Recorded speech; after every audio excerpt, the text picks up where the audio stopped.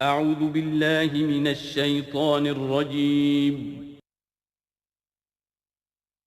بسم اللہ الرحمن الرحیم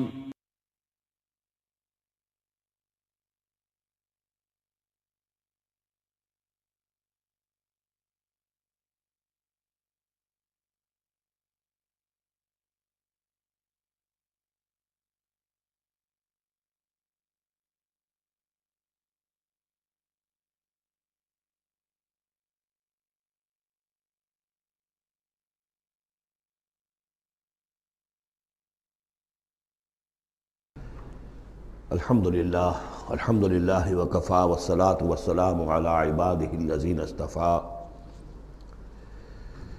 اما بعد فقد قال اللہ تبارک وتعالی کما ورد فی سورۃ الحشر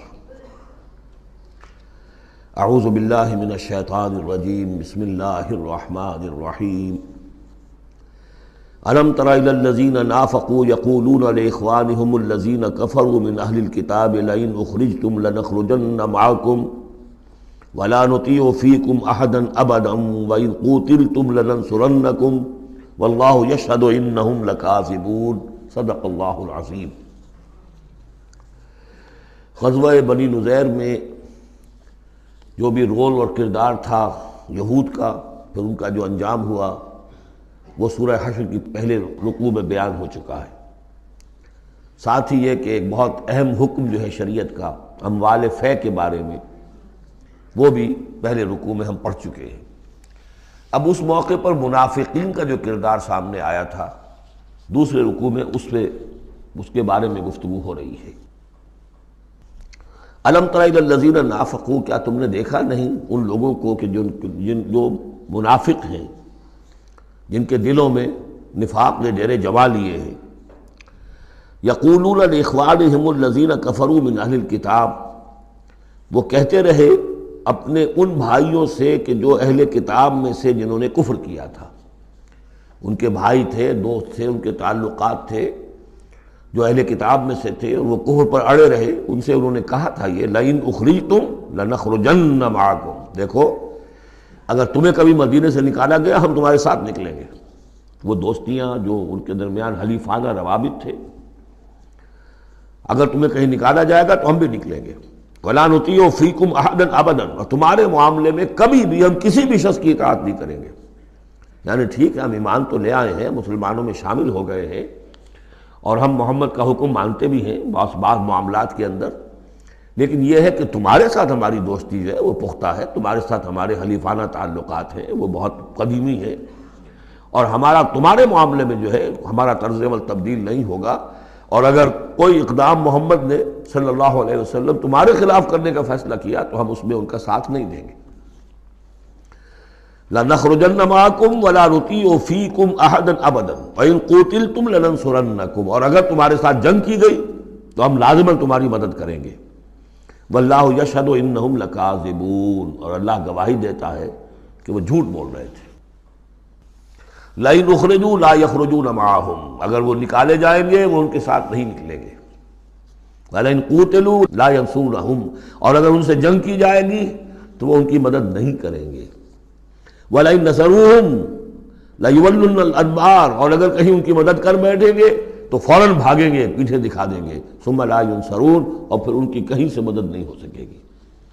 یعنی اگر ان میں جمع مردی ہوتی تو یہ سچے مسلمان ہی کیوں نہ بن گئے ہوتے؟ ایمان لائے تھے، اگر ہمت ہوتی ان میں، کوئی قوت ارادی ان کی صحیح ہوتی، کوئی غیرت اور حمیت ہوتی، کوئی اپنی ہی ذات کی عزت کا کوئی خیال ہوتا، تو یہ ہرچہ بادہ باد پھر ایمان لانے کے بعد ان کا طرز عمل جو ہے کیوں نہ وہی ہو جاتا کہ جو اہل ایمان کا تھا۔ بودے ہیں، بودے ہونے کی وجہ سے تو نفاق پیدا ہوا ان میں۔ اب اگر یہ کہتے ہیں کہ ہم تمہاری مدد کریں گے اور لازماً لڑ جائیں گے، ہر ایک سے لڑ جائیں گے، تو یہ سب جھوٹ ہے۔ اول تو یہ کہ اگر یہ نکالے گئے تو وہ ان کے ساتھ نہیں نکلیں گے، ان سے جنگ کی گئی تو ان کا ساتھ نہیں دیں گے، اور اگر کوئی اکا دکا ان میں سے ایسا نکل بھی آیا سر پھرا کہ جو اپنے اس وعدے کو پورا کرنے کے لیے ان کے ساتھ شامل ہو کر جنگ کرے گا، تو پھر یہ کہ جھٹ وہ بھاگ جائے گا، میدان چھوڑ جائے گا، اور یہ کہ پیٹھ دکھا دے گا۔ لَأَنْتُمْ أَشَدُّ رَهْبَةً فِي صُدُورِهِم مِّنَ اللَّهِ، مسلمانوں یقیناً تمہارا ڈر ان کے دلوں میں کہیں زیادہ ہے بنسبت اللہ کے ڈر کے۔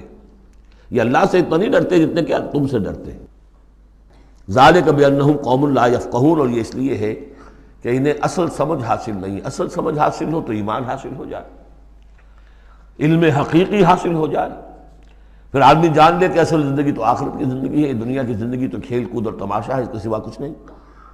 لا یقاتلونکم جمیعا، یہ کبھی بھی جنگ نہیں کریں گے تمہارے خلاف مل کر، الا فی قری محصنۃ، مگر یہ کہ کہیں ایسی بستیوں میں کہ جن کو پوری طرح فورٹیفائیڈ ہوں، جن کی کہ فصیلیں کھڑی ہوں، مضبوط ہوں، ان کے اندر سے ہو کر جنگ کریں گے، او من وراء جدر، یا دیواروں کے پیچھے سے، باسہم بینہم شدید، ان کے آپس کے جھگڑے جو ہے وہ بہت سخت ہے۔ اگر تو خلوص اور اخلاص کسی میں شخص کے اندر ہو تو وہ اللہ کے ساتھ مخلص کیوں نہ ہو جائے گا، اللہ کے رسول کے ساتھ کیوں نہ مخلص ہو جائے گا۔ ظاہر بات ہے کہ بزدلی اور خود غرضی یہ دو چیزیں ہیں کہ جو در حقیقت ان کے مزاج کا جزو لا ینفک ہے، اور وہی تو اصل سبب ہے ان کے نفاق کا۔ تو یہ کسی اور کے ساتھ کیسے مخلص ہو جائیں گے؟ تحسبہم جمیعا وقلوبہم شتیٰ، تم سمجھتے ہو کہ یہ یکجا ہیں، اکٹھے ہیں، ان کا متحدہ محاذ ہے، جبکہ دل کے دل پھٹے ہوئے۔ ہمارے ہاں بھی سیاسی متحدہ محاذ، چاہے وہ نظام مصطفیٰ تحریک کا بنا تھا، اس کا بھی حال سب کو معلوم ہے کہ اس کے لیڈر جو ہیں علماء کرام ایک دوسرے کے پیچھے نمازیں نہیں پڑھتے تھے، متحدہ محاذ تھا، وہ اتحاد کیسا تھا؟ وہی بات، باسہم بینہم شدید، ان کے تو آپس کے اختلافات جو ہیں وہ بہت شدید ہیں، ان کی آپس کی دشمنیاں، کدورتیں، کینے۔ تحسبہم جمیعا، تم سمجھتے ہو کہ یہ جمع ہے، اکٹھے ہیں، وقلوبہم شتیٰ، دل پھٹے ہوئے ہیں۔ ذالک بانہم قوم لا یعقلون، اور یہ اس لیے کہ وہ ایک ایسا گروہ ہے کہ جو عقل سے کام نہیں لیتے۔ کمثل الذین من قبلہم قریبا ذاقوا وبال امرہم، جیسے قصہ ان کا ہوا جو ان سے پہلے تھے ماضی قریب میں، یعنی بنو قینقاع۔ سب سے پہلے بنو قینقاع کا معاملہ ہوا تھا، پھر یہ بنی نضیر کا ہوا، پھر 5ویں سال میں غزوہ احزاب کے ضمیمے کے طور پر بنو قریظہ کا ہوا۔ وَلَهُمْ عَذَابٌ عَلِيمٌ، ان کے لیے بہت ہی دردناک عذاب ہے۔ کمثل الشیطان، یا پھر مثال ہے شیطان کی، اذ قال للانسان اکفر، جبکہ وہ انسان سے کہتا ہے کرو کفر، فلما کفر، اور جب انسان کفر کرتا ہے قال انی بریء منک انی اخاف اللہ رب العالمین، وہ کہتا ہوں میں تم سے علیحدہ ہوں، میرا تم سے کوئی تعلق نہیں، میں تو اللہ سے ڈرتا ہوں جو تمام جہانوں کا رب اور مالک و پروردگار ہے۔ فکان عاقبتہما انہما فی النار خالدین فیہا، تو ان دونوں کی عاقبت یہ ہے کہ وہ شیطان بھی اور وہ انسان بھی، دونوں کی عاقبت یہ ہے کہ وہ رہیں گے آگ میں اور ہمیشہ ہمیشہ رہیں گے۔ وذالک جزاء الظالمین، اور یہی ہے ظالموں کا بدلہ، جیسا کہ سورہ قاف میں ہم پڑھ چکے ہیں کہ وہ قرین جو ہوگا، اس گناہ گار کافر اور مشرک کا جو قرین ہوگا، وہ جب لے کر آئے گا، حاضر کرے گا، قال قرینہ ھذا ما لدی عتید، اور اللہ تعالیٰ کی طرف سے حکم آئے گا فرشتوں کو القیا فی جہنم کل کفار عنید، تو وہ کیا کہے گا؟ ربنا ما اطغیتہ ولکن کان فی ضلال بعید، اور اللہ تعالیٰ فرمائیں گے لا تختصموا لدی وقد قدمت الیکم بالوعید ما یبدل القول لدی وما انا بظلام للعبید۔ تیسرا رکوع اور آخری رکوع جو ہے اس سورہ حشر کا، یہ پھر قرآن مجید کا ایک بہت اہم مقام ہے۔ میں آج سوچ رہا تھا کہ میں بار بار جو کہتا ہوں آپ سے، یہ قرآن کا بہت اہم مقام ہے، یہ قرآن کا بہت اہم مقام ہے، تو اس کی بھی ایک حقیقت سمجھ لیجئے۔ قرآن حکیم میں تو کوئی ایک حرف اور ایک لفظ بھی غیر اہم نہیں ہے، البتہ مختلف اعتبارات سے مختلف مقامات کی ایک ریلیٹیولی زیادہ اہمیت ہے۔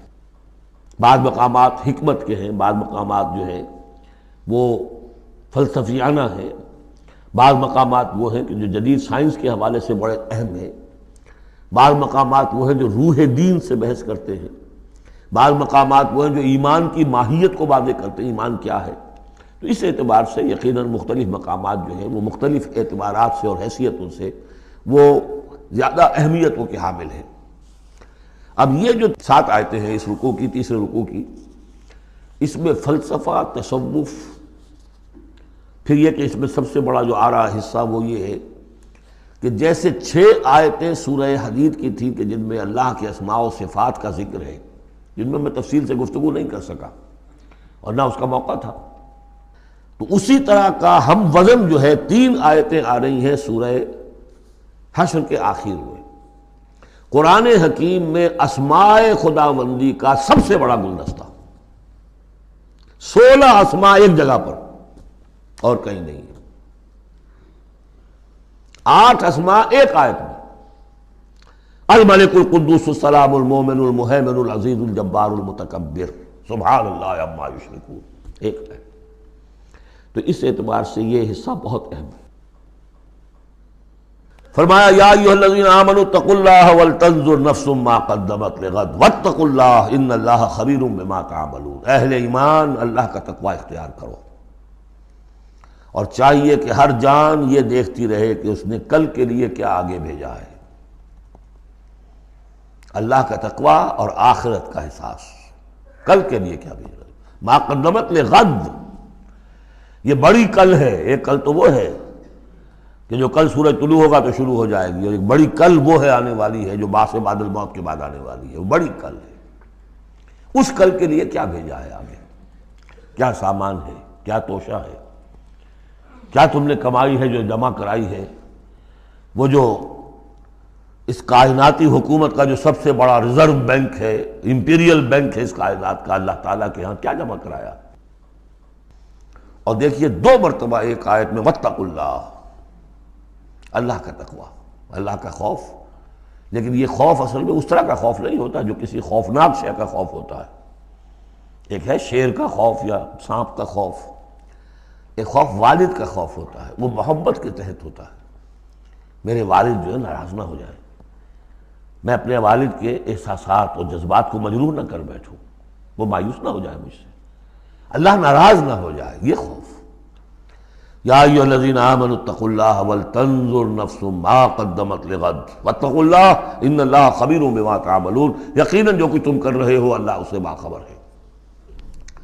اگلی آیت ہے جسے علامہ اقبال نے قرار دیا کہ ان کے فلسفہ خودی کی سورس یہ ہے۔ سید نذیر نیازی نے ہمارے ہاں قرآن کانفرنس میں باقاعدہ بیان کیا، ان کے مضمون میں بھی موجود ہے یہ، کہ میں نے حضرت علامہ سے یہ سوال کیا کہ آپ کے فلسفہ خودی کے بارے میں بڑی جیب گوئیاں ہوتی ہیں، کوئی کہتا ہے کہ فلاں نیٹشے سے آپ نے اخذ کر لیا ہے، فلاں سے کر لیا ہے، آپ بتائیے کہ آپ کے اس فلسفہ خودی کی سورس کیا ہے۔ تو علامہ نے فرمایا کہ اچھا کل آ جانا فلاں وقت۔ تو کہتے ہیں کہ میں اتنا خوش رہا کہ شاعر مشرق اور حکیم الامت مجھے یہ اعزاز بخش رہے ہیں کہ میں جاؤں گا اور وہ مجھے ڈکٹیٹ کرائیں گے کہ میرے فلسفہ خودی کی سورس کیا ہے۔ تو میں گیا اور بہت خوش گیا، پینسل کاپی لے کر گیا۔ جب میں گیا تو کہا ذرا قرآن مجید اٹھا لاؤ، تو ایک تو مجھ پر وہ ویسی پڑ گئی، پھر کہا کہ ذرا کھولو سورہ حشر نکالو اور یہ آیت پڑھو، وَلَا تَكُونُوا كَالَّذِينَ نَسُوا اللَّهَ فَأَنسَاهُمْ أَنفُسَهُمْ أُولَٰئِكَ هُمُ الْفَاسِقُونَ۔ یہ ہے میرے فلسفہ خودی کی سورس۔ دیکھنا مسلمانوں، ان لوگوں کی طرح نہ ہو جانا جنہوں نے اللہ کو بھلا دیا، تو اللہ نے انہیں اپنے آپ سے غافل کر دیا۔ فَأَنسَاهُمْ أَنفُسَهُمْ، اس کے کیا معنی؟ کیا کوئی خدا سے غافل جو اپنے آپ کو بھول جاتا ہے؟ اپنے پیٹ کا خیال نہیں رہتا اس کو؟ اپنے جسم میں کوئی پھوڑا نکل آئے تو علاج نہیں کراتا؟ کس چیز سے غافل ہے؟ وہ اپنے جسم سے غافل نہیں، وہ اپنے حیوانی وجود سے غافل نہیں، اس کے تقاضوں سے غافل نہیں، اس کی اپ کیپ، اس کی مینٹیننس، اس کی ویئر اینڈ ٹیئر کو درست کرتے رہنا، کسی چیز سے غافل نہیں۔ معلوم ہوا کہ اس حیوانی وجود کے علاوہ کوئی حیثیت ہے انسان کی، اصل حقیقت جس کو انسان بھول جاتا۔ اور یہ ہم پڑھ چکے ہیں، سورہ مجادلہ کے اندر بھی الفاظ آئے تھے کہ شیطان نے انہیں اللہ کو بھلا دیا۔ فَأَنسَاهُمْ ذِكْرَ اللَّهِ اسْتَحْوَذَ عَلَيْهِمُ الشَّيْطَانُ فَأَنسَاهُمْ ذِكْرَ اللَّهِ، شیطان نے ان پر قابو پا لیا ہے اور انہیں بھلا دیا ہے، اللہ کے ذکر سے غافل کر دیا ہے۔ تو جو لوگ اللہ کو بھلا دیتے ہیں وہ اپنے آپ سے، اپنی اصل حقیقت سے غافل ہو جاتے ہیں۔ وہ اپنے آپ کو کیا سمجھتے ہیں؟ حیوان۔ اور آج کا ہماری جو تہذیب کا جو مرکزی نقطہ ہے آج کا گلوبل سویلائزیشن کا، کہ انسان نرا حیوان ہے، اور اس میں سب سے بڑا پارٹ پلے کیا ہے ڈاروین کے نظریہ ارتقاء نے۔ حیوان جیسے اور حیوان ہے ویسا حیوان انسان ہے. اتنا ہی فرق ہے نا جتنا گھوڑا اور گدھا. گدھا ذرا کورس قسم کا ہے، ذرا گھٹیا رف قسم کا جانور ہے، اور ذرا گھوڑا فائن ہے، ریفائنڈ ہے، تمکنت والا. باقی بنیادی فرق کیا ہے گدھے میں اور گھوڑے میں؟ اسی طرح گوریلا اور شمپینزی اور انسان، کیا فرق ہے؟ اتنا ہی فرق ہے جتنا گدھے اور گھوڑے میں ہے، اتنا ہی گوریلا اور شمپینزی اور انسان میں ہے. کوئی فرق نہیں. وہی موٹیوز جو ان کے ہیں وہی موٹیوز ان کے ہیں، سارے وہی موٹیوز ہیں. سائیکالوجی ہے تو اسی پر چل رہی ہے. جو محرکات عمل ہے انسان کے وہ وہی ہے جو حیوان کے، کوئی اور ہے ہی نہیں. یہ ہے اصل میں اس دور کا المیہ، اللہ کو بھول جانا اور اپنی اصل حقیقت یعنی روح. اللہ کو بھلاؤ گے تو تمہارے اندر جو ڈیوائن ایلیمنٹ اس نے پھونکا تھا اس سے غافل ہو جاؤ. اب کیا رہ گئے تم میرے حیوان؟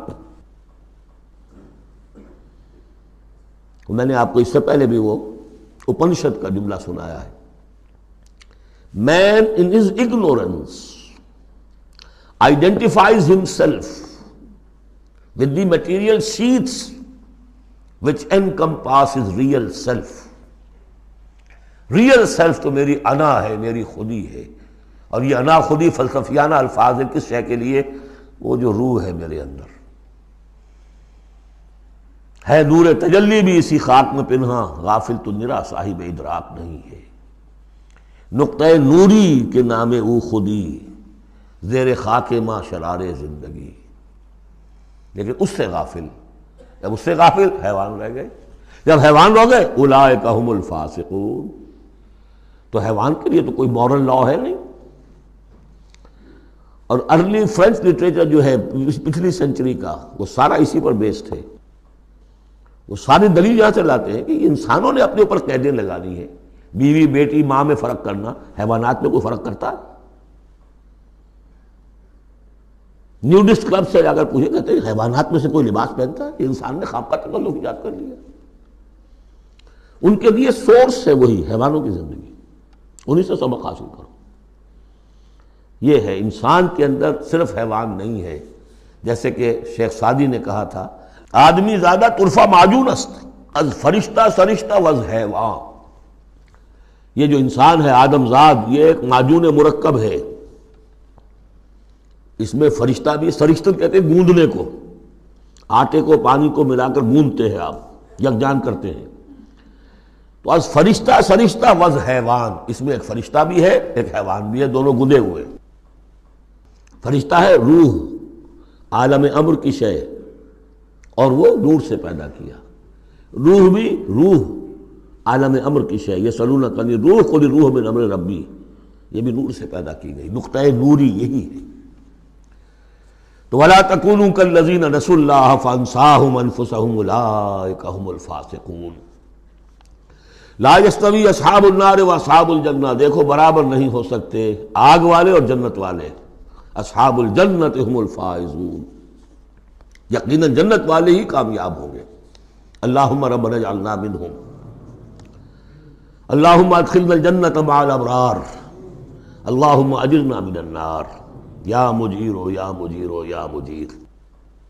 اس کے بعد آیت آئی ہے قرآن مجید میں عظمت قرآن کے بیان میں عظیم ترین آیت.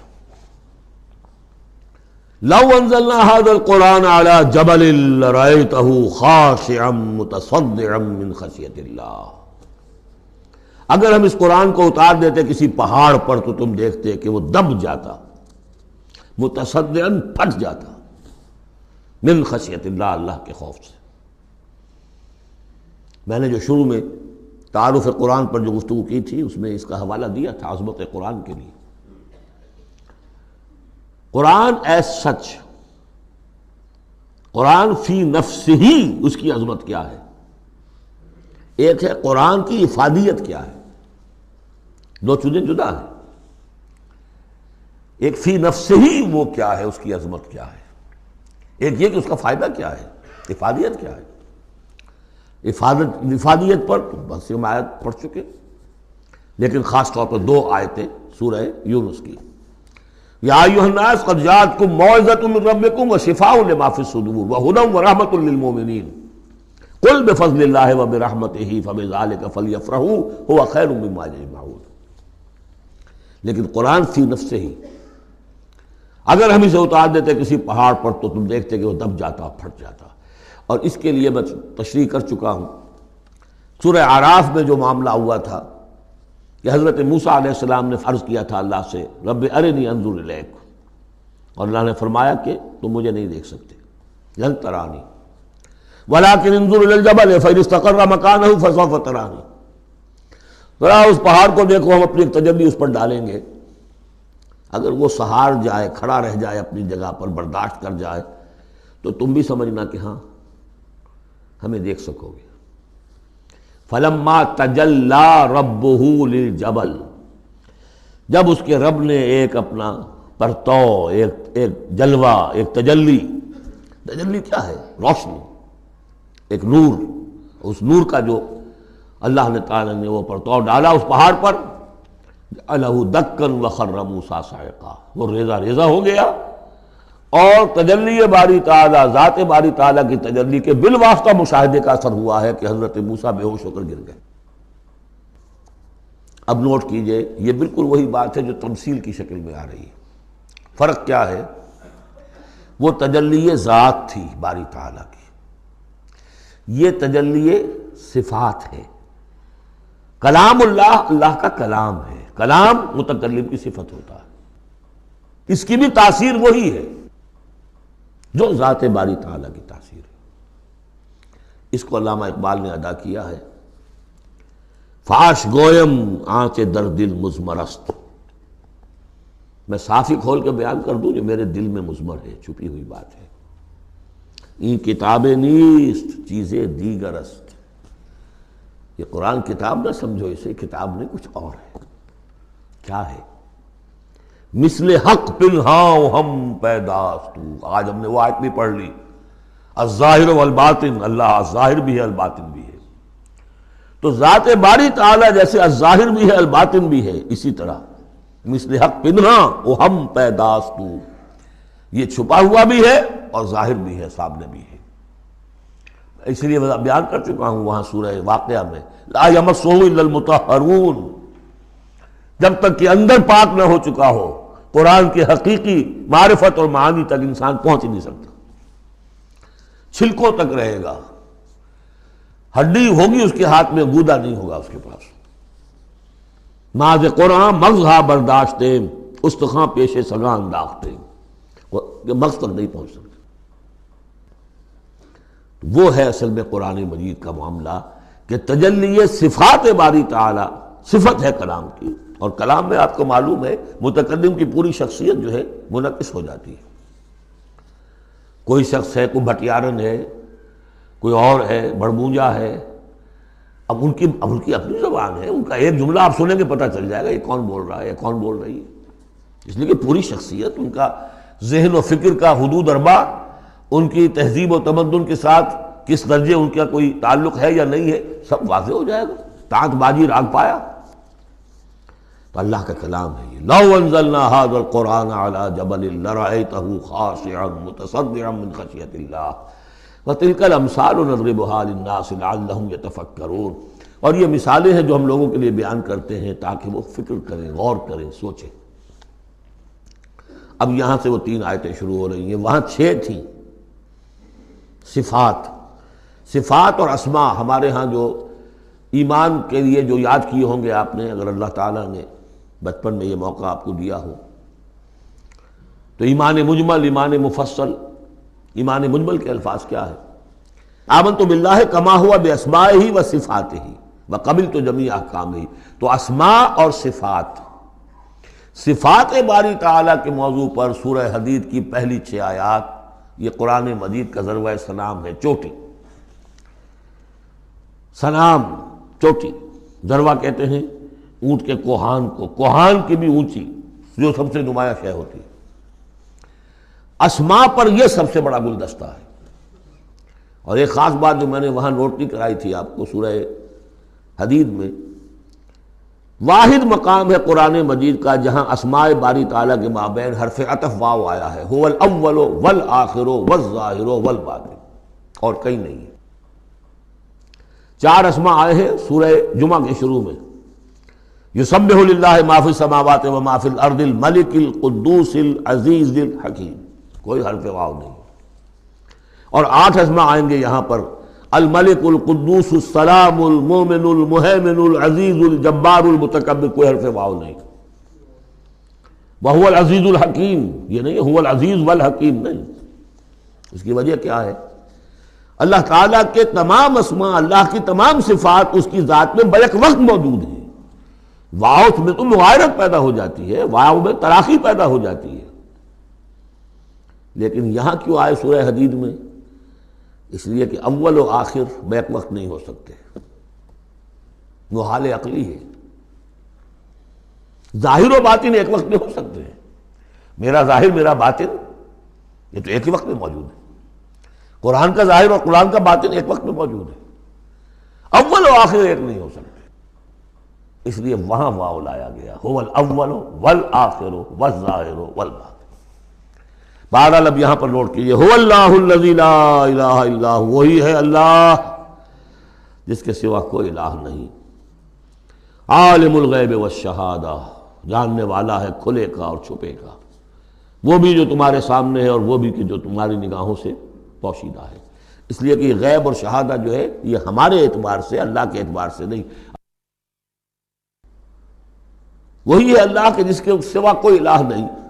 هو اللہ الذی لا الہ الا هو عالم الغیب والشہادہ، یہ بھی ایک نام کی حیثیت سے شمار ہوتا ہے، جو اسماء 99 گنے جاتے ہیں، عالم الغیب والشہادہ یہ ایک نام ہے اللہ کا۔ اور میں عرض کر رہا تھا کہ اللہ کے لیے سب شہادہ ہی شہادہ، غیب ہے ہی نہیں، اس نقطے کو یہاں سمجھ لیجئے، اس لیے کہ یہ سورہ جن میں آئے گا پھر دوبارہ، اور بہت اہم طریقے پر آئے گا۔ جب قرآن میں غیب اور شہادہ کا لفظ آتا ہے وہ ہمارے اعتبار سے، کہ ہمارے لیے ایک چیز وہ ہے کہ جو ہمارے حواس خمسہ کی گرفت کے دائرے کے اندر آ جاتی ہے، چاہے وہ ٹیلیسکوپ سے آئی ہے اور چاہے وہ مائکروسکوپ سے آئی ہے، لیکن دیکھنے والی شے ہماری آنکھ ہے۔ غیب وہ ہے جو ہم سے چھپا لیا گیا، جنت ہے، دوزخ ہے، آخرت ہے، فرشتے ہیں، خود سب سے بڑی ذات باری تعالیٰ ہے، لیکن اللہ ہر شے کا جاننے والا۔ هو الرحمن الرحیم، وہ رحمان ہے اور رحیم ہے، اس پر سورہ فاتحہ پڑھتے ہوئے میں نے وضاحت کی تھی۔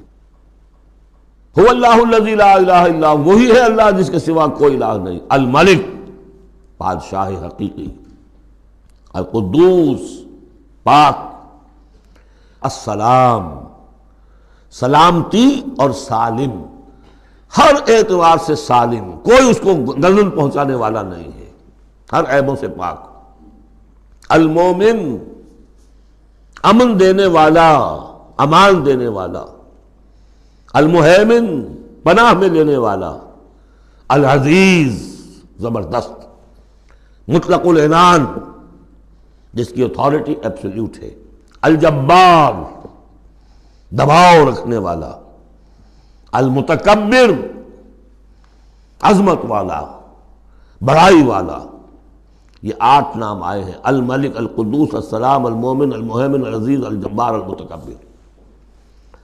سبحان اللہ عما یشرکون، اللہ پاک ہے ان تمام چیزوں سے جو یہ شرک کرتے ہیں۔ هو اللہ الخالق البارئ المصور، وہی ہے اللہ، اب 3 نام اور آگے، الخالق، الباری، المصور، ان میں خاص ربط ہے۔ خلق، اس میں سب سے پہلے اگر ہم اپنے اوپر قیاس کریں تو پہلے کوئی شے بنانے سے پہلے ذہن میں ایک نقشہ بنتا ہے۔ بڑھئی نے میز بنانی ہے، اس کے ذہن میں میز کا نقشہ پہلے بن چکا ہے، کرسی بنانی، کرسی کا نقشہ بن چکا ہے، یہ اس کی ذہنی تخلیق ہے۔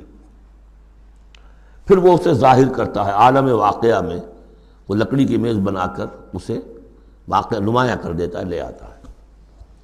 پھر اس کی تصویر، فنیشنگ ٹچز، اس کو رنگ روغن، یہ تینوں مرحلے ایک ہی پروسیس کے ہیں۔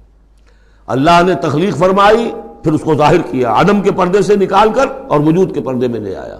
باری، برا کہتے ظاہر کرنے والا، من قبل ان نبرأہا، اس سے پہلے کہ ہم اسے ظاہر کریں۔ ما اصاب من مصیبت فی الارض ولا فی انفسکم الا فی کتاب من قبل ان نبرأہا، سورہ حدید میں آیت پڑھ چکے ہیں۔ وہی ہے الخالق، الباری، المصور، لہ الاسماء الحسنی، تمام اچھے نام اسی کے ہیں۔ یسبح لہ ما فی السماوات والارض، یہاں نوٹ کر لیجئے، یسبح لہ ما فی السماوات وما فی الارض نہیں ہے، یسبح لہ ما فی السماوات والارض۔ سورہ حدید کے شروع میں تھا سبح للہ ما فی السماوات والارض، سورہ حشر میں آیا سبح للہ ما فی السماوات وما فی الارض، یہاں یسبح للہ ما فی السماوات والارض، اور پھر 2 مرتبہ آئے گا یسبح للہ ما فی السماوات وما فی الارض، سورہ جمعہ کے شروع میں بھی، سورہ تغابن کے شروع میں بھی۔ وَهُوَ الْعَزِيزُ الْحَكِيمُ، دیکھیے اس سورہ مبارکہ کی خاص خصوصیت یہ ہے، شروع بھی ہوئی تسبیح کے ساتھ، اختتام بھی تسبیح کے ساتھ، شروع میں بھی العزیز الحکیم، زبردست حکمت والا، آخر میں بھی العزیز الحکیم۔ سورۃ الممتحنہ، بسم اللہ الرحمن الرحیم۔ سورہ ممتحنہ کا جو زمانہ نزول ہے معین کر لیجئے، یہ ان 2 رکوعوں کے ساتھ سمجھیے کہ جو سورہ توبہ میں ہم نے پڑھے، دوسرا اور تیسرا رکوع۔ فتح مکہ سے پہلے جو کچھ رد و قدا چل رہی تھی کہ نہیں کرنا چاہیے، کاہے کے لیے فوج کشی کر رہے ہیں، اور اس پر پھر جو اللہ تعالیٰ کی طرف سے جو تبصرہ آیا، منافقین تھے یا ضعفاء تھے، ان کے اعتراضات کے جواب دیے گئے، آخر مکے والے کتنے ہی برے صحیح، بہرحال وہ حرم کی خدمت کرتے ہیں، لہذا ان کا ایک نیکی کا مقام بھی ہے، وہ ساری دلیلیں پڑھ چکے ہیں۔ سورہ توبہ رکوع 2 اور 3، یہ بھی 2 رکوع ہیں۔ اسی موقع پر ایک بہت مخلص مومن صحابی، ان سے ایک بہت بڑی غلطی ہو گئی۔ حضرت حاطب ابن ابی بلتعہ رضی اللہ تعالی عنہ، بدری ہیں، ان کے گھر والے، ان کا پورا کنبہ ابھی مکے میں تھا، اور ان کا کوئی وہاں پہ رشتہ دار ایسے نہیں تھے کہ جو ان کی حفاظت کر سکے۔ انہیں یہ اندیشہ ہوا کہ اگر واقعی اب جنگ ہو گئی اور اگر ہم جا رہے ہیں مکے پر چڑھائی کرنے کے لیے، تو پھر یہ ہے کہ مکے میں جو مشرکین ہیں، کفار ہیں، وہ میرے بچوں کو، میرے گھر والوں کو شدید نقصان پہنچا سکتے ہیں، لہٰذا میں ان کے ساتھ کوئی نیکی کروں تاکہ میرے اس احسان کو پیش نظر رکھ کر وہ میرے گھر والوں کا لحاظ کریں۔ انہوں نے ایک خط لکھا مکے والوں کے نام، اور اس میں گویا کہ وہ سیکریٹ جو ہے وہ لیک کر دیا کہ محمد اب تم پر چڑھائی کرنے والے ہیں صلی اللہ علیہ وسلم۔ یہ احسان دھرا۔ ایک عورت کو وہ خط دیا، اس عورت نے اس خط کو اپنی چٹیا میں باندھ لیا تاکہ تلاشی لی جائے تو کہیں سے نکلے نہ، اور وہ عورت وہ خط لے کر روانہ ہو گئی۔ ادھر حضور کو اللہ تعالیٰ نے وحی سے مطلع کر دیا، حضور نے بھیجا حضرت علی اور ان کے ساتھ ایک اور صاحب کہ جاؤ فلاں جگہ اس وقت وہ عورت ہوگی، تم جا کے اس کو وہاں ٹھہری ہوئی ہے راستے میں کسی منزل میں، اس کے پاس خط ہے وہ لے کے آؤ۔ وہاں پہنچے، عورت موجود تھی، محمد رسول اللہ کی دی ہوئی خبر تو غلط نہیں ہو سکتی تھی، اس سے پوچھا، کہ نہیں قتل نہیں۔ اس کی جو تلاشی لی تو کہیں نہیں نکلا۔ پھر حضرت علی نے دھمکی دی، دیکھو ہمیں ہمارے نبی نے بتایا ہے تمہارے پاس خط ہے، جھوٹا نہیں ہو سکتا وہ، یا تو تم سیدھی خط مجھے نکال دو ورنہ میں تمہیں برہنہ کر کے تمہاری تلاشی لوں گا۔ بہرحال یہ دھمکی سن کر وہ پھر اس نے کھول کے اپنی چٹیا اور نکال کے دے دی، وہ خط لے کے آ گئے۔ اب وہ راز کھل گیا، ابی بلتعہ کو بلایا، حاتم نے ابی بلتعہ کو مان لیا کہ جی حضور یہ میرا خط ہے۔ حضرت علی نے کہا کہ یا حضرت عمر نے کہ آپ مجھے اجازت دیں کہ میں اس کی گردن مار دوں ابھی؟ آپ نے فرمایا نہیں، حاتم بدری ہے اور بدریوں کے تمام اللہ تعالیٰ پچھلے اگلے گناہ معاف کر چکا ہے، تو اس کی وہ جو فضیلت ہے اس کی وجہ سے جو خطا ہو گئی اللہ معاف کرے گا۔ تو وہ ہے اصل میں کشاکش پس منظر میں جس میں کہ یہ صورت نازل ہو رہی ہے۔ یا ایھا الذین آمنوا لا تتخذوا عدوی وعدوکم اولیاء، اہل ایمان تم میرے اور اپنے دشمنوں کو اپنا دوست اور ولی نہ بناؤ، ان کی خیر خواہی، ان کی بھلائی، ان پہ احسان کرنے کی کوشش، ان کے ساتھ اپنے گڈ آفیسز بلڈ کرنے کی کوشش۔ تلقون الیہم بالمودۃ، تم ان پر ان کی طرف رجوع کرتے ہو، بھیجتے ہو پیغام دوستی کے، خلوص و اخلاص کے۔ وقد کفروا بما جاءکم من الحق، حالانکہ انہوں نے کفر کیا ہے، انکار کیا ہے اس حق کا جو تمہارے پاس آیا ہے۔ یخرجون الرسول وایاکم، وہی ہیں جو نکالتے ہیں، یعنی جنہوں نے نکالا ہے رسول کو صلی اللہ علیہ وسلم، تمہیں بھی نکالا ہے ان تؤمنوا باللہ ربکم، صرف اس جرم کی پاداش میں کہ تم ایمان رکھتے ہو اللہ پر، اپنے رب پر۔ ان کنتم خرجتم جہادا فی سبیلی، اگر تو تم نکلے تھے مکے سے اور تم نے ہجرت کی تھی اس لیے کہ میری راہ میں جہاد کرو گے، تو یہ طرز عمل تمہیں اس کے منافی ہے۔ وابتغاء مرضاتی، اور میری رضا جوئی کے لیے تم نکلے تھے، تو سرون الیہم بالمودہ، تم خفیہ پیغامات بھیجتے ہو ان کو دوستی کے، احسان کے مبنی۔ وَأَنَا أَعْلَمُ بِمَا أَخْفَيْتُمْ، تم نے خفیہ پیغام بھیجا، میں تو خوب جانتا ہوں جسے تم چھپاتے ہو، وَمَا أَعْلَنْتُمْ، اور جسے تم ظاہر کرتے ہو، وَمَنْ يَفْعَلْهُ مِنْكُمْ فَقَدْ ضَلَّ سَوَاءَ السَّبِيلِ، جو کوئی بھی تم میں سے یہ کام کرے گا وہ تو پھر سیدھے راستے سے بھٹک گیا۔ یہ ایک آیت ہے، اب تک نوٹ کر لیجیے مدنی صورتوں کا جو مزاج ہے۔ یا ایھا الذین آمنوا لا تتخذوا عدوی وعدوکم اولیاء تلقون الیہم بالمودۃ وقد کفروا بما جاءکم من الحق یخرجون الرسول وایاکم ان تؤمنوا باللہ ربکم ان کنتم خرجتم جہادا فی سبیلی وابتغاء مرضاتی تسرون الیہم بالمودۃ وانا اعلم بما اخفیتم وما اعلنتم ومن یفعلہ منکم فقد ضل سواء السبیل۔ ان یثقفوکم یکونوا لکم اعداء، اگر وہ کہیں تمہیں پا لیں، یعنی تم ان کے ہاتھ لگ جاؤ، ہتھے چڑھ جاؤ، وہ تمہارے ساتھ دشمنی کریں گے۔ وَيَبْسُطُوا إِلَيْهِمْ أَيْدِيَهُمْ، اپنے ہاتھ بڑھائیں گے تمہاری طرف، وَأَلْسِنَتَهُمْ، اور اپنی زبانیں، بِالسُّوءِ، برے ارادے کے ساتھ تمہیں نقصان پہنچائیں گے، ان کی زبانیں بھی ان کے ہاتھ بھی۔ وَوَدُّوا لَوْ تَكْفُرُونَ، اور ان کی خواہش ہوگی شدید کہ کسی طرح تم بھی دوبارہ کافر ہو جاؤ۔ لَن تَنفَعَكُمْ أَرْحَامُكُمْ، تمہیں ہرگز نفع نہیں پہنچائیں گے تمہارے رحمی رشتے، ولا اولادکم، نہ تمہاری اولادیں، یوم القیامہ، قیامت کے دن، یفصل بینکم، اللہ فیصلہ کر دے گا تمہارے مابین، واللہ بما تعملون بصیر، اور جو کچھ تم کر رہے ہو اللہ اسے دیکھ رہا ہے۔ قد کانت لکم اسوۃ حسنۃ فی ابراہیم والذین معہ، تمہارے لیے ایک اچھا نمونہ ہے، بہت عمدہ ماڈل ہے، اسوہ حسنہ ہے، فی ابراہیم والذین معہ، ابراہیم اور ان کے ساتھیوں کے معاملے میں، ان کی شخصیتوں کی صورت میں۔ اذ قالوا لقومہم، جبکہ انہوں نے کہا اپنی قوم سے، برملا کہہ دیا، انا براء منکم، ہم بری ہیں تم سے، ومما تعبدون من دون اللہ، اور جن کو بھی تم پوج رہے ہو اللہ کے سوا، ہمارا ان سے کوئی رشتہ نہیں، کوئی تعلق نہیں، ہم اعلان برات کر رہے ہیں ان سے۔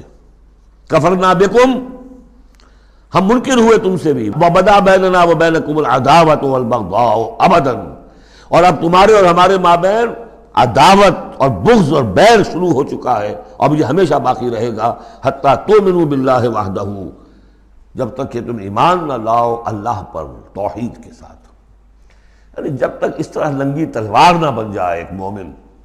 حزب اللہ کو لنگی تلوار بننا پڑتا ہے، رشتوں کو کاٹنا پڑتا ہے، وَلَوْ كَانُوا آبَاءَهُمْ أَوْ أَبْنَاءَهُمْ أَوْ إِخْوَانَهُمْ أَوْ عَشِيرَتَهُمْ، سورہ مجادلہ میں پڑھا ہے ابھی۔ تو یہ حضرت ابراہیم علیہ السلام کا معاملہ، الا قول ابراہیم لأبیہ لأستغفرن لک، سوائے اس کے کہ ابراہیم نے ایک وعدہ کیا تھا اپنے باپ سے کہ میں آپ کے لیے ضرور استغفار کروں گا۔ یہ سورہ مریم میں ہم پڑھا ہے، جب اس نے کہا تھا کہ تم نکل جاؤ، وَاہْجُرْنِی مَلِیًّا، اراغب انت عن آلہتی یا ابراہیم لئن لم تنتہ لارجمنک واہجرنی ملیہ، حضرت ابراہیم نے کیا کہا تھا؟ سلام علیک ساستغفر لک ربی انہ کان بی حفیہ، میں آپ کے لیے ابا جان میں اپنے اللہ سے دعا کروں گا، استغفار کروں گا۔ وما املک لک من اللہ من شیء، مجھے اختیار کوئی نہیں ہے آپ کے بارے میں اللہ کے ہاں، کچھ نہیں، آخری اختیار اللہ کا ہے۔ ربنا علیک توکلنا و الیک انبنا و الیک المصیر، پروردگار ہم نے تجھی پر توکل کیا اور الیک انبنا، اور تیری طرف رجوع کیا، و الیک المصیر، اور تیری طرف لوٹ جانا ہے۔ ربنا لا تجعلنا فتنۃ للذین کفروا، پروردگار ہمیں اب کافروں کے لیے تختہ مشق اور تختہ امتحان نہ بنا دے کہ ہمارے اوپر وہ ظلم کریں، اور تو ان کو اوپر آزمائش جو انہیں آزما رہا ہے وہ اس شکل میں کہ ہم پر وہ ظلم کریں، جیسے اللہ تعالیٰ کفار مکہ کو آزما رہا تھا، لیکن تختہ ستم، تختہ مشق کون؟ صحابہ کرام بنے ہوئے تھے۔ واغفر لنا، اور ہمیں بخش دے، انک انت العزیز الحکیم، یقیناً تو ہی ہے سب کچھ زبردست اور حکمت والا۔ اب یہاں نوٹ کر لیجئے کہ سورہ توبہ میں آ چکا ہے کہ حضرت ابراہیم نے آخر میں آ کر تبرأ منہ، جب انہیں معلوم ہو گیا کہ میرا باپ تو دشمن ہے، اللہ کا دشمن ہے، تو برات کی۔ یہ آیتیں جو ہیں یہ سن 8 میں فتح مکہ سے قبل نازل ہو رہی ہیں۔ حاتب بن بلتع کا واقعہ ہے، ابھی مکے طرف روانگی نہیں ہوئی ہے، اور وہ آیتیں جو ہیں وہ سن 9 میں نازل ہو رہی ہیں، اس کے بھی ذی قعدہ کے بھی بعد، جبکہ واپس آ گئے حضور صلی اللہ علیہ وسلم تبوک سے، لہذا وہ ہوگی محکم، اور یہ بات جو ہے اس کے پہلے یہ گویا کہ تابع رہے گی۔ لقد کان لکم فیہم اسوۃ حسنۃ، تمہارے لیے یقیناً ان کی ذات میں، ان کے رویے میں، ان کے طرز عمل میں ایک اچھا نمونہ ہے، لمن کان یرجو اللہ والیوم الآخر، لیکن کس کے لیے؟ کہ جو اللہ کی بھی امید، ملاقات کی امید رکھتے ہوں اور یوم آخر سے ڈرتے ہوں۔ بالکل یہی الفاظ وہاں آئے تھے، لقد کان لکم فی رسول اللہ اسوۃ حسنۃ لمن کان یرجو اللہ والیوم الآخر وذکر اللہ کثیرا، یہ سورہ احزاب میں ہم پڑھ چکے ہیں۔ حضور کی شخصیت، آپ کی سیرت اسوہ کاملہ ہے، لیکن فائدہ کون اٹھائیں گے؟ فائدہ صرف وہی اٹھا سکیں گے کہ جو اللہ پر بھی ایمان رکھتے ہوں، آخرت پر بھی ایمان رکھتے ہوں، اور کثرت کے ساتھ اللہ کا ذکر کرتے ہوں۔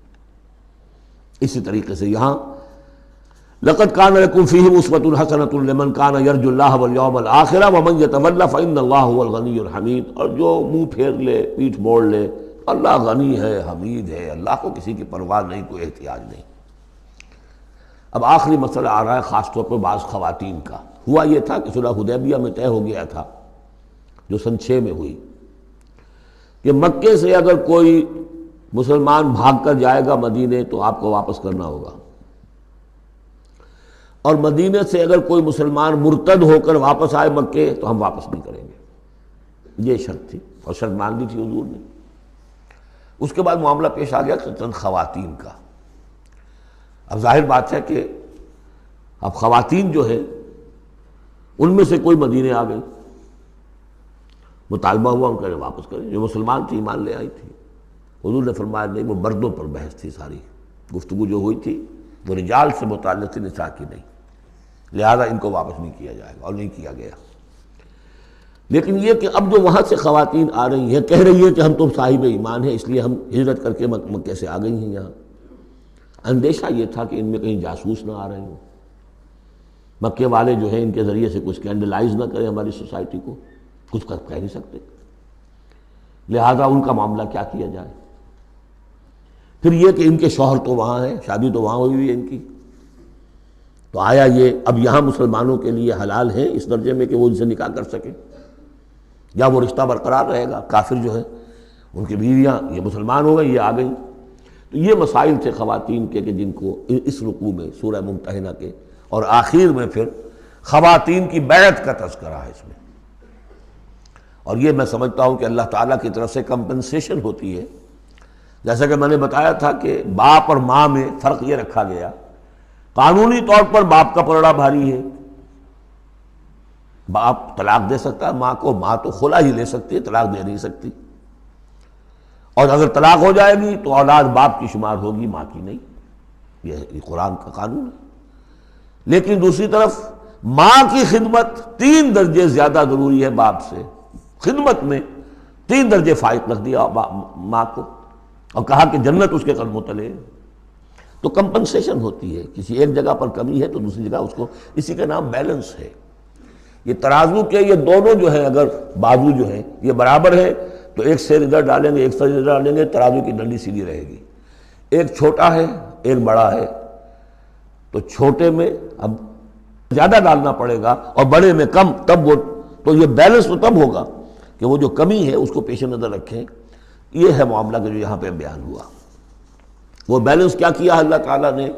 مردوں کی بیعت کا قرآن میں ذکر ہے، اس کا متن قرآن میں کہیں نہیں ہے۔ بیعت عقبہ اولیٰ کا کیا متن تھا، بیعت عقبہ ثانیہ کا متن کیا تھا، کیا بیعت لی تھی، کیا الفاظ تھے، بیعت رضوان کے موقع پہ کیا جو الفاظ کا تھے، کہیں نہیں، قرآن میں نہیں، احادیث میں مل جائیں گے۔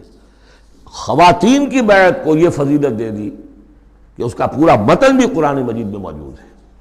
فرمایا عسى اللہ ان یجعل بینکم وبین الذین عادیتم منہم مودہ، ہو سکتا ہے مسلمانوں کہ جو تمہارے اور جن کے مابین دشمنی پڑ گئی ہے اللہ تعالیٰ تمہارے مابین پھر دوستی پیدا کر دے. کیسے پیدا کر دے؟ وہ ایمان لے آئے. فإخوانکم فی الدین. اور کوئی زیادہ دور تو نہیں تھا مرحلہ.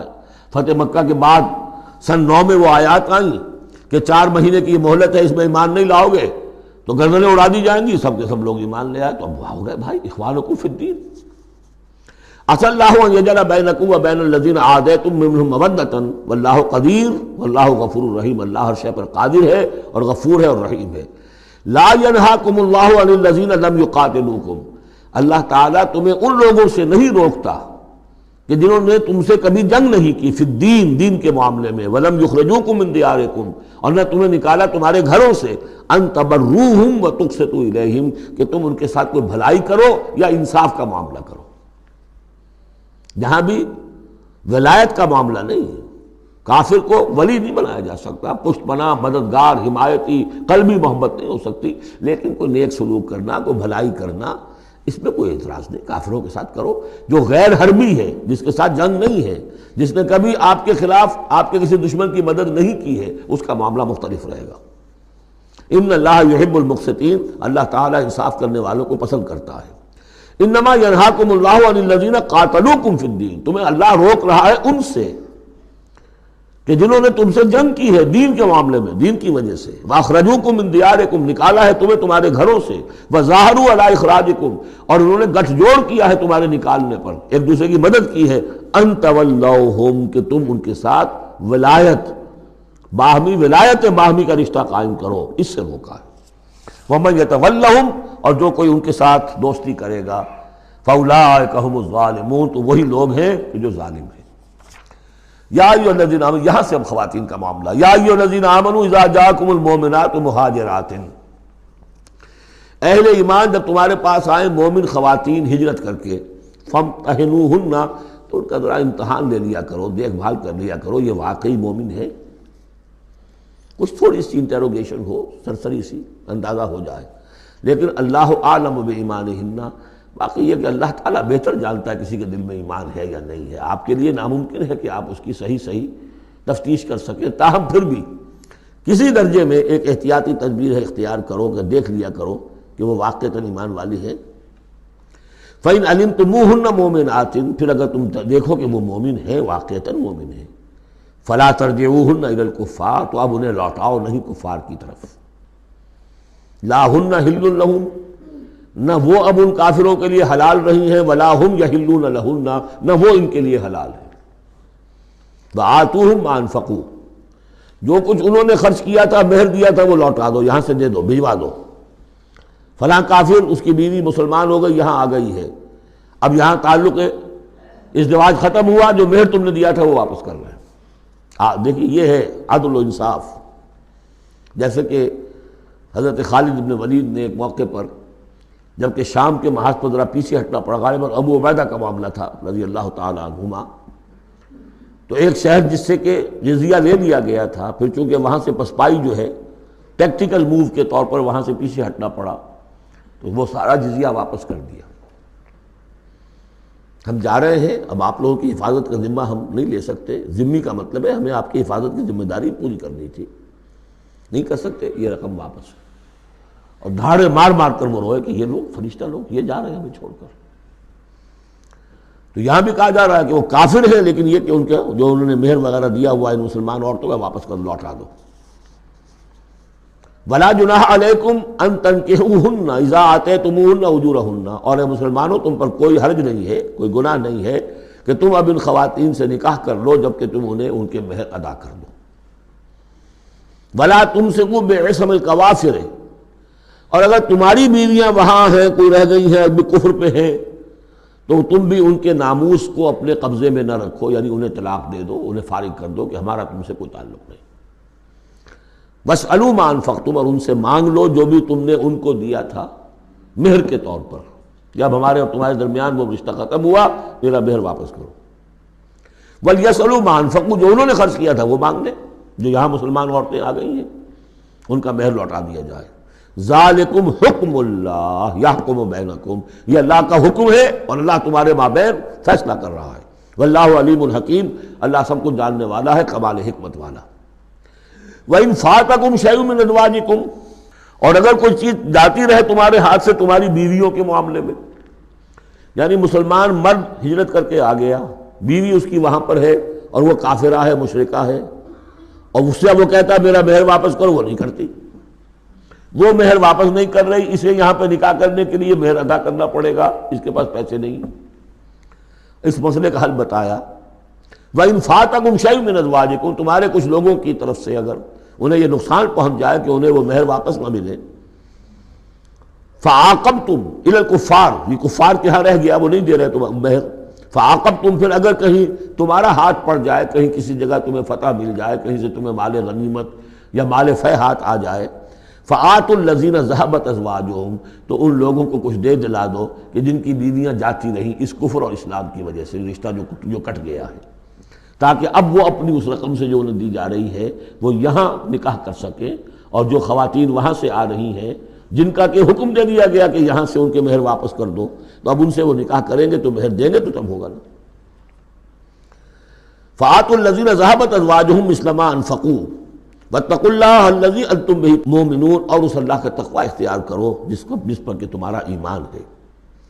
یا ایھا النبی، اے نبی صلی اللہ علیہ وسلم، اذا جاءک المؤمنات یبایعنک، جب آپ کے پاس آئیں مومن خواتین آپ سے بیعت کرتی ہوئی، الا لا یشرکن باللہ شیئا، پہلی شرط یہ ہے کہ وہ عہد کریں کہ وہ اللہ کے ساتھ کسی شے کو شریک نہیں کریں گی، ولا یسرقنا، دوسری یہ کہ چوری نہیں کریں گی، ولا یزنینا، کوئی بدکاری نہیں کریں گی، ولا یقتلن اولادہن، اپنی اولاد کو قتل نہیں کریں گی، ولا یاتین ببہتان یفترینہ بین ایدیہن وارجلہن، اور نہ ہی وہ کوئی ایسا طوفان باندھیں گی، کوئی بہتان لگائیں گی جو ان کے ہاتھوں اور پاؤں کے مابین سے ہو، سیکسول سکینڈلز، کوئی عورت جو تہمت لگا دے کسی کے اوپر اس نے میری آبرو ریزی کی ہے یا اس نے کسی اور اعتبار سے، تو یہ چیزیں بھی نہیں، اور یہ ہوتا رہا ہے، انبیاء تک کے ساتھ ہوا ہے۔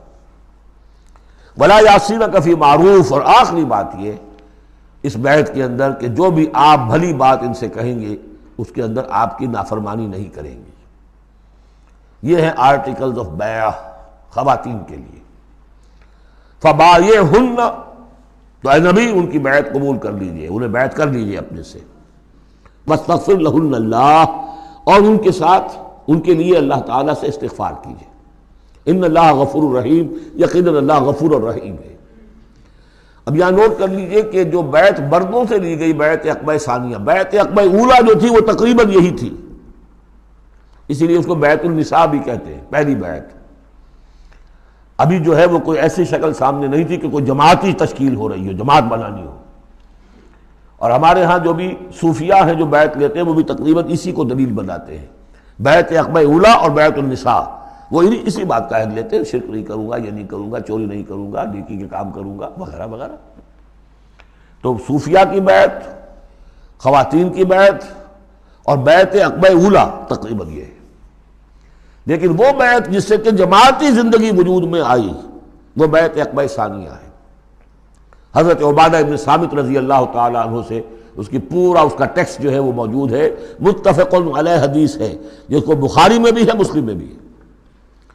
بایعنا رسول اللہ صلی اللہ علیہ وسلم، وہ فرماتے ہم نے بیعت کی تھی اللہ کے رسول سے صلی اللہ علیہ وسلم، علی السمع والطاعۃ، آپ کا ہر حکم سنیں گے، اطاعت کریں گے، فی العسر، تنگی اور مشکل میں بھی، والیسر، اور آسانی میں بھی، والمنشط، اس حالت میں بھی کہ ہماری طبیعتوں میں انشراح ہو کہ ہاں یہ کام واقعتاً بہت مفید ہے، صحیح ہے، والمکر، اور اس حالت میں بھی کہ ہمیں اپنی طبیعتوں پر جبر کرنا پڑے، ہمیں اس فیصلے کے ساتھ اتفاق نہ ہو، وعلی اثرۃ علینا، اور اس کے باوجود کہ دوسروں کو ہم پر ترجیح دے دی جائے۔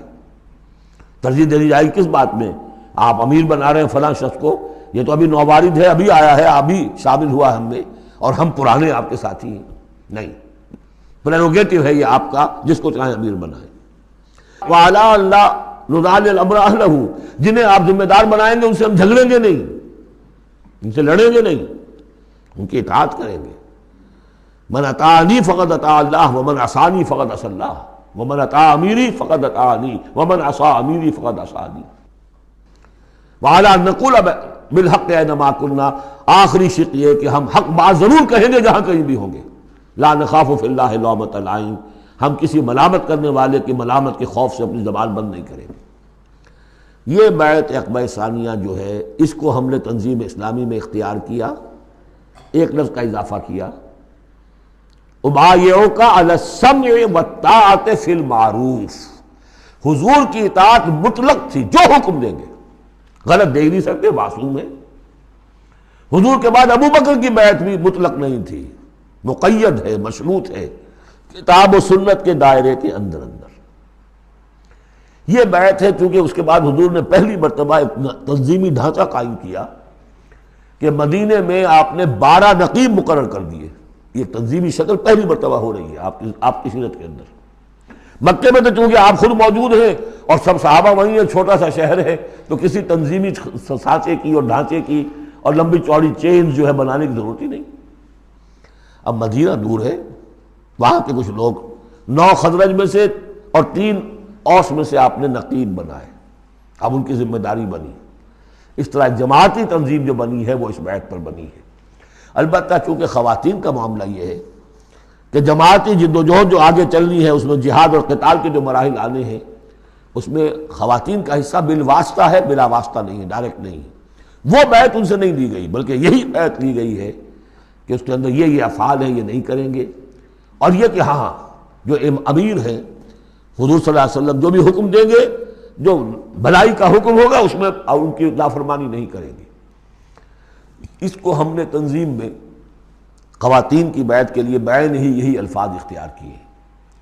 اور واقعہ یہ کہ اس کا بہت ایک اہم پہلو یہ ہے کہ چاہے خواتین کو وہ دوسرے کام نہیں کرنے جو مردوں والے ہیں، جنگ میں جانا ہے یا کوئی اور مسئلہ ہے، لیکن ایک سینس آف بلانگنگ ہو جاتی ہے کہ ایک گروہ کے ساتھ ہونا. کونوا مع الصادقین، کوئی ہے جس کے ساتھ آپ نے اپنے آپ کو آئیڈینٹیفائی کیا، جماعتی زندگی ہے اور اس کے تحت ایک کام ہو رہا ہے. اس کی برکتیں جو ہیں، جو آپ نے فرمایا گیا، جو حضور نے فرمایا،